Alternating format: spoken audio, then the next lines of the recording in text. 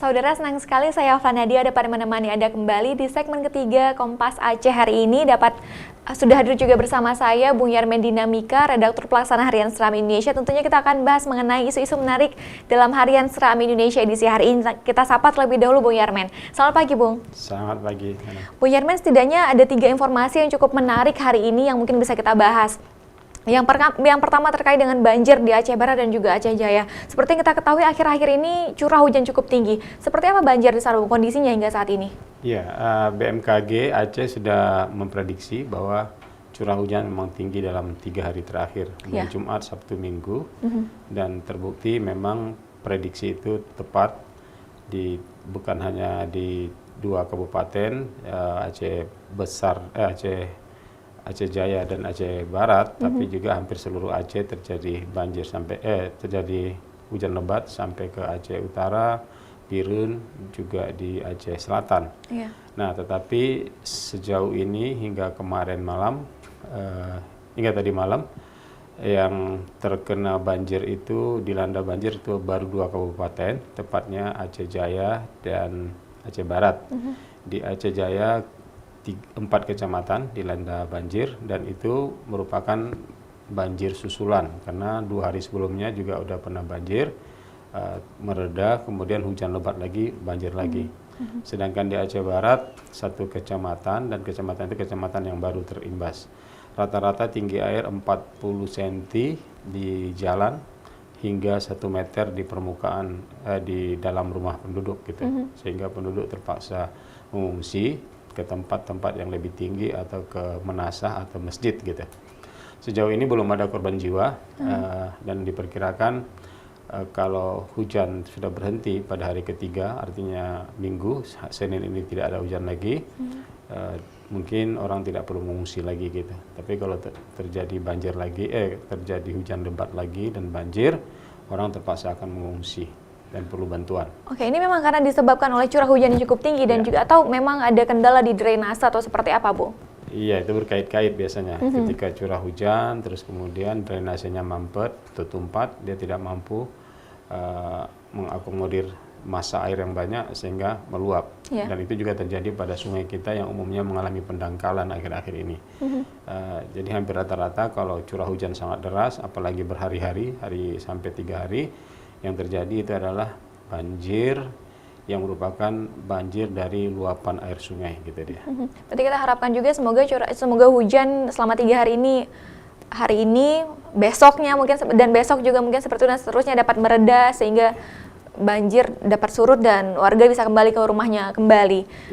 Berita kedua juga Bung terkait dengan jembatan yang nyaris ambruk di PD. Ini juga pasti terkait dengan hujan cukup deras. Di PD dampak dari hujan deras itu dirasakan dalam bentuk air sungai yang sangat deras, sehingga menggerus abutmen atau kepala jembatan di 2 tempat, sehingga jembatannya nyaris ambruk gitu, udah mulai miring, dan itu mulai agak mengkhawatirkan ketika dilintasi.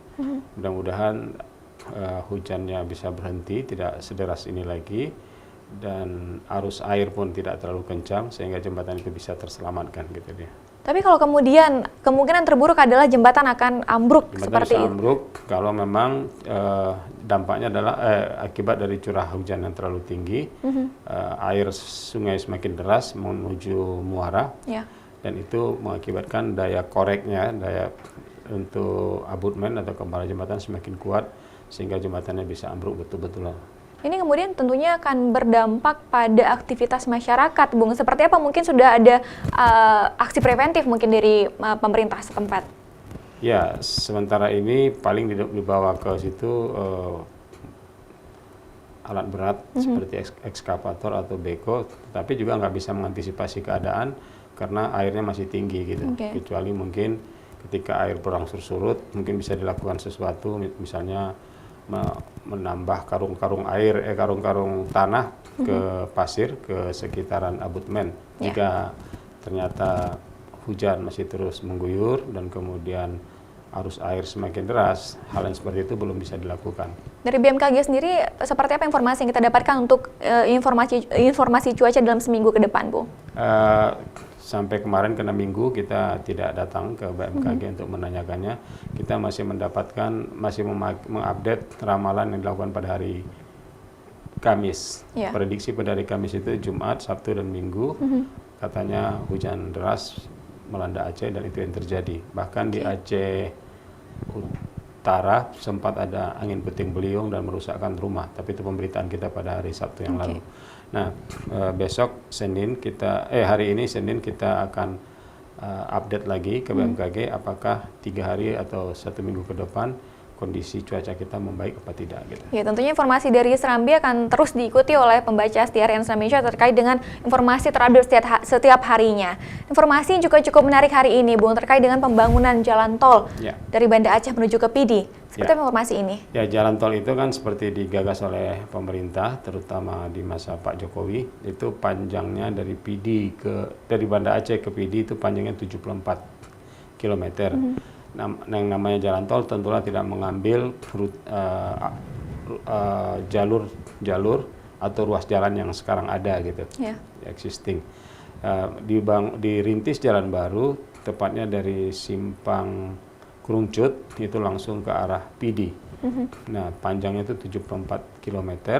Selama ini sempat diributkan oleh teman-teman LSM lingkungan bahwa pembangunan jalan tol ini akan menghancurkan hutan, terutama hutan lindung gitu. Jadi mereka bersuara.